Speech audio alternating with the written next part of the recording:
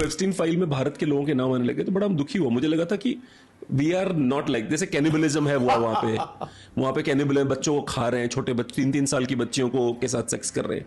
तो मुझे बड़ा आश्चर्य हुआ जब भारत के लोगों के नाम आने चाहिए कि इनके नाम आने की जरूरत क्या थी। देखो ये एक बीमारी है, कुछ भी कहें बीमारी है। तो जाते हैं। अब मैं 3-4 नाम महिला के दे सकते हैं जो MP बने हैं, वो जाकर सोना पड़ा उनको, उनके साथ, मोदी के साथ। एक मिनिस्टर बने हैं सोकर, नहीं तो नहीं सोए तो नहीं होंगे ना शिष्टाचार में सही बात है। एप्स्टीन तो वहाँ ये जैसे GB रोड में चलती है वैसे वो चला रहा था, लोग जा रहे थे वहाँ। कौन कौन इंडिया से जानते थे बड़ी लिस्ट है, बट उसको अभी छोड़ दें। पहले बड़ा आदमी को पकड़ो। मित्रांनो, तुम्ही जे आता सुब्रमण्यम स्वामींचे आरोप नरेंद्र मोदींवरती त्यांनी जे केलेले ते बघितले, आणि भारताच्या इतिहासामध्ये असे आरोप कुठल्याही प्रधानमंत्र्यावरती झालेले नाही। ज्या पद्धतीने सुब्रमण्यम स्वामी म्हणताय की गुजरातचे मुख्यमंत्री असताना नरेंद्र मोदी हे महिलांच्या बाबतीमध्ये त्यांचं वर्तन कसं होतं, अत्यंत गंभीर स्वरूपाचे मित्रांनो आरोप सुब्रमण्यम स्वामी यांनी नरेंद्र मोदी यांच्यावरती केलेले। अशा प्रकारचे आरोप होण्याची नरेंद्र मोदींवरती ही पहिली वेळ नाही।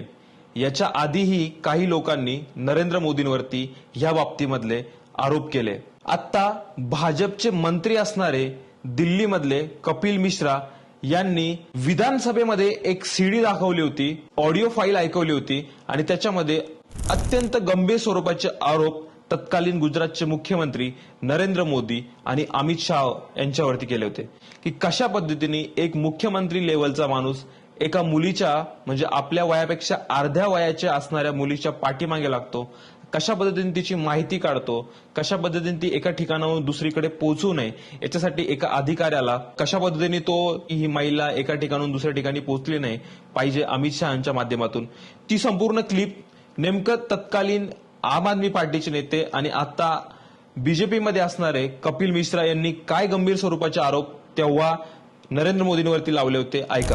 उस महिला का फोन बंद करा के सरकारी गाड़ी में बैठा के पीछे वाले दरवाजे से नरेंद्र मोदी के घर लेके जाया जाता है, और उसके बाद she was taken to the first floor and given a room across the chief minister's bedroom. उसको फर्स्ट फ्लोर में ले जाते हैं और मोदी जी के बेडरूम के बगल वाले कमरे में कहते हैं तुम्हें यहीं रहना होगा। अगले दिन वो महिला लिखती है कि होली का त्योहार था, अगले दिन बहुत सारे लोग मोदी जी से मिलने आए, लेकिन मोदी जी केवल थोड़ी देर के लिए नीचे गए मिलने के लिए, उसके बाद वापस कमरे में आ गए। उन मिलने वालों में आनंदीबेन पटेल भी गई थी। Shri Modi attended to them briefly and return to his quarters.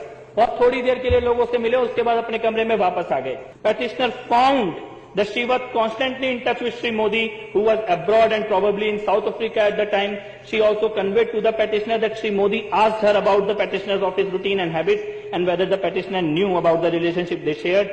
In one conversation, Miss showed the petitioner a text message that the chief minister has sent her from abroad. और खास तौर पे इस महिला से बात करने के लिए अलग मोबाइल नंबर मोदी जी ने रखा हुआ था, वो मोबाइल नंबर भी इस एफिडेविट के अंदर दिया गया है।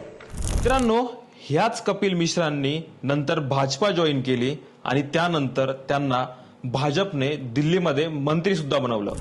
आता पहिला प्रश्न, ज्या सुब्रमण्यम स्वामींनी एवढ्या गंभीर स्वरूपाचे आरोप नरेंद्र मोदींवरती केले तेही भाजपमध्ये, आम आदमी पक्षात असताना ज्या कपिल मिश्रांनी आरोप नरेंद्र मोदींवरती केले होते महिलांसंदर्भातले तेही आज त्या ठिकाणी भाजपमध्ये, आणि याच्याही पुढे जाऊन भाजप समर्थित असणाऱ्या आणि ज्यांनी मोदीनामा हे पुस्तक लिहिलं त्या पुस्तकाच्या लेखिका मधु किश्वर यांनी परवा एक ट्विट करून राजकीय वर्तुळात खळबळ माजवली। मित्रांनो, अशा पद्धतीचं त्यांचं ट्विट आहे। ते ट्विट मी तुम्हाला एकदा मराठीत वाचून दाखवतो, त्यांनी ते इंग्लिशमध्ये केलेलं ट्विट आहे। भाजपा समर्थित असणाऱ्या त्या ठिकाणी ज्या पत्रकार आहे मधु किश्वर, त्या काय म्हणतात बघा। मी 2014 मध्ये नरेंद्र मोदी सत्तेत आल्यापासून त्यांच्यापासून अंतर ठेवले आहे। माझ्या पुस्तकाची एक प्रत ही भेट म्हणून देण्यासाठी मी त्यांच्याकडे गेले नाही, त्यांच्या आवडत्या अधिकाऱ्यामार्फत फक्त एक सही न केलेली प्रत पाठवली।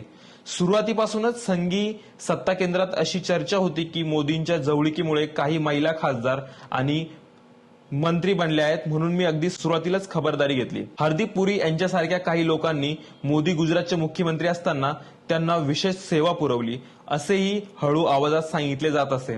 हरदीप पुरी आणि एस जयशंकर यांची मंत्रिमंडळात नियुक्ती झाली तेव्हा याच्या चर्चा वाढल्या. आता मित्रांनो, अशाच पद्धतीचे सेम आरोप सुब्रमण्यम स्वामींनी देखील केले आहेत. 2014 मध्ये मी अमेरिकेत व्याख्यानासाठी गेले असता तिथेही मोदींच्या अय्याशीच्या गप्पा सुरू होत्या. स्मृती इराणी ह्या 12वी पास झालेल्या महिलेला शिक्षण मंत्री केल्याने इतरही काही घोटाळे उघड झाल्याचे लोकांना वाटू लागले. मानसी सोनी नावाच्या महिलेप्रकरणी सर्वोच्च न्यायालयातही केस पोहोचली होती. मोदींच्या जवळच्या एका व्यक्तीने मला त्या खटल्याची कागदपत्रे दिली. त्या कागदपत्रात एका तुरुंगातील IAS अधिकाऱ्याचा उल्लेख होता जो ह्याच महिलेसोबत संबंध ठेवत होता. याशिवाय गुजरातमधील मोदींच्या काही जवळच्या लोकांनी मला अशा किळसवाण्या गोष्टी सांगितल्या की मोदी गुजरातचे मुख्यमंत्री असताना त्याआधी प्रचारक म्हणून आणि भाजप पदाधिकारी म्हणून त्यांचे महिलांशी विकृत संबंध होते. या सगळ्या गोष्टी ऐकून मी त्यांच्या उपस्थितीपासून दूर राहू लागले. ज्या समारंभात मोदी येण्याची शक्यता असते अशा लग्न समारंभालाही मी जाणे टाळले. इतक्या भयंकर घटना ऐकून मी 2014 मध्ये खूपच नैराश्यात गेले. माझ्या आरोग्यावर त्याचा परिणाम झाला.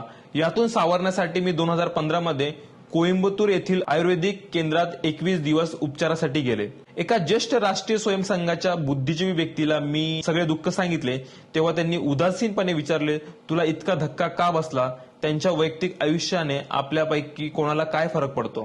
पॉर्न पेडलर असणाऱ्या अमित मालवीय याची भाजपच्या सोशल मीडिया प्रमुखपदी हे या वरिष्ठ नेत्याच्या प्रवृत्तीचे आणखी एक उदाहरण होते. जर इतर कामात मोदींनी चांगली कामगिरी केली असती तर त्यांच्या लैंगिक वर्तनाकडे मी दुर्लक्ष केले असते. पण पहिल्या कार्यकाळात माझ्या लक्षात आले की हे सरकार हिंदू समाजाचा चुरडा करत आहे, हिंदू धर्माला कलंकित करत आहे.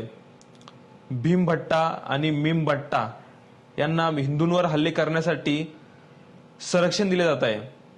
कठुआ कांडात हिंदूंवर अत्याचार झाले तेही me the girl from Kathua या पुस्तकात तपशीलवार लिहिले आहे. या सगळ्यांमुळे मला वाटू लागले की आपण एका सैतानी शासकाच्या हाती सापडलो आहोत जो देशाचा नाश करण्यासाठी आणि हिंदूंचा संहार करण्यासाठी आलेला आहे. मोदींच्या व्यक्तिमत्वातील विकार पाहून मला वाटते की आपण नेत्यांच्या लैंगिक भ्रष्टाचाराकडे जास्त लक्ष दिले पाहिजे. जे लोक या बाबतीत कमजोर असतात ते आर्थिकदृष्ट्या भ्रष्ट असलेल्या सहजपणे परराष्ट्र हितसंबंधांना बळी पडतात. लवकरच मी यावर पुरावे देईल जे पहिल्या दिवसापासून कसे ब्लॅकमेलर केले जात आहेत. मधु किश्वर. आता मित्रांनो, मधु किश्वर, सुब्रमण्यम स्वामी आणि मिश्रा या 3 लोकांनी इतक्या गंभीर स्वरूपाचे आरोप नरेंद्र मोदींवर केले असताना या तिघांवरही कुठल्याही प्रकारची कारवाई होत नाही. हे तिघही आजही भाजपच्या संबंधित किंवा 2 नेते तर भाजपमध्ये आहे. मग नरेंद्र मोदींची अशी काय त्या ठिकाणी अडचण आहे किंवा RSS असेल किंवा बीजेपीची अशी काय अडचण आहे की हे त्या नेत्यांना त्यांच्यावरती कुठल्याही प्रकारची कारवाई करत नाही. आता याच्यावरती काँग्रेसच्या प्रवक्त्या अलका लांबा म्हटलंय, प्रधानमंत्री जी की कैबिनेट में कुछ महिलाएं थी जो प्रधानमंत्री, शर्म आती है जिस शब्दों का इस्तेमाल हो रहा है, प्रधानमंत्री मोदी जी, पूरी भाजपा उस पर चुप है. कोई कार्रवाई डॉक्टर सुब्रमण्यम स्वामी के कहे हुए बयानों पर उसकी जांच क्यों नहीं होती? और जिन महिलाओं के ऊपर इशारा कर रही हैं वो महिला मंत्री, पूर्व मंत्री भी जानती हैं कि ये इशारा आपकी तरफ हो रहा है. आप क्यों चुप है? क्यों आप बोलती नहीं है? क्यों सरेआम डॉक्टर सुब्रमण्यम स्वामी, भाजपा के नेता, लगातार आकर इस तरह से, इस तरीके के शब्द सोती थी, इसलिए उनको सांसद का टिकट मिलता था और इसलिए वो मंत्री बनी है. आज इस पे ये भाजपा के नेता हैं, कांग्रेस के नहीं है. की या अत्यंत गंभीर स्वरूपाचे आरोप त्या या दोन्ही नेत्यांनी आणि पत्रकारांनी त्या ठिकाणी नरेंद्र मोदींवरती केले. म्हणजे जी महिला 10वी नापास आहे आणि तिला एक मंत्री केलंय या कारणामुळे की त्यांना नरेंद्र मोदींसोबत आणि त्याच्यानंतर त्यांनी मंत्री केलं. अशा इतक्या गलिच्छ स्वरूपाचे आरोप केल्यानंतर त्या मंत्री देखील काही बोलत नाही असणाऱ्या माजी मंत्री. आता याच्यामुळे मोठे प्रश्नचिन्ह भाजपवरती आणि एव्हान म्हणजे नरेंद्र मोदींवरती निर्माण झालेले आहे. बघितलं की इप्स्टीन फाईल्स ह्या अमेरिकेत ओपन झाल्या आणि रातोरात भारताने ट्रेड डील ही अमेरिकेसोबत केली. आता मला असं म्हणायचं नाही की ह्या एप्स्टीन फाईलमध्ये नाव आलं म्हणून ट्रेड डील भारताने केली, पण जर तुम्ही याचा टायमिंग बघितला तर हे जे आरोप होत आहे याच्यामध्ये काही आहे का असा प्रश्न सामान्य लोकांना पडतोय. आता मित्रांनो, एवढ्या मोठ्या लोकांनी एवढे गंभीर स्वरूपाचे आरोप केल्यानंतर यांच्यावरती कुठल्याही स्वरूपाची जर कारवाई होत नसेल तर याच्यात काहीतरी काळबेरा आहे का असा प्रश्न निर्माण तर होणारच आहे. म्हणजे संग्राम पाटील सारखा सामान्य माणूस जर काही एखादी साधी पोस्ट सोशल मीडियावरती नरेंद्र मोदींच्या विरोधात शेअर करत असेल तर त्याला 3-3 महिने भारतात अडकवून ठेवलं जातं. त्यांची विदेशात असणारी नोकरी त्यांना करू दिली जात नाही. अशी साधी पोस्ट केल्यानंतर जर एवढ्या कडक कारवाई होत नसेल तर नरेंद्र मोदींवरती, भारताच्या पंतप्रधानावरती एवढे गंभीर स्वरूपाचे आरोप केले जात आहे आणि तरी सुद्धा या नेत्यांवरती कुठल्याही प्रकारची कारवाई होत नाही. नेमकी याच्यामध्ये अडचण कोणाची? आता सुब्रमण्यम स्वामी म्हटले की मला हे भाजपवाले किंवा आरएसएस वाले पक्षातून काढत नाही. याचं कारण म्हणजे मैं कहता हूँ आरएसएस को, मोदी को, मुझे निकाल दो. उनको पता मैं निकल जाऊंगा तो कई पार्टीज मुझे तुरंत बैठा देंगे, पार्लियामेंट में भेज देंगे और मैं इनको ऐसा बोलूंगा कि ये पछताते रहेंगे. तो इसीलिए स्वामी को जो बोलना बोल देता.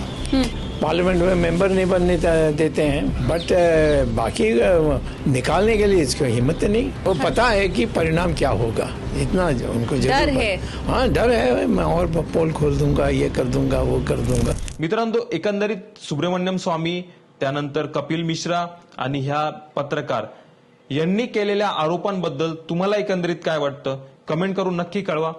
आणि असेच नवनवीन व्हिडिओज बघण्यासाठी इझी न्यूजच्या चॅनलला सबस्क्राईब करा, व्हिडिओज लाईक करा, शेअर करा.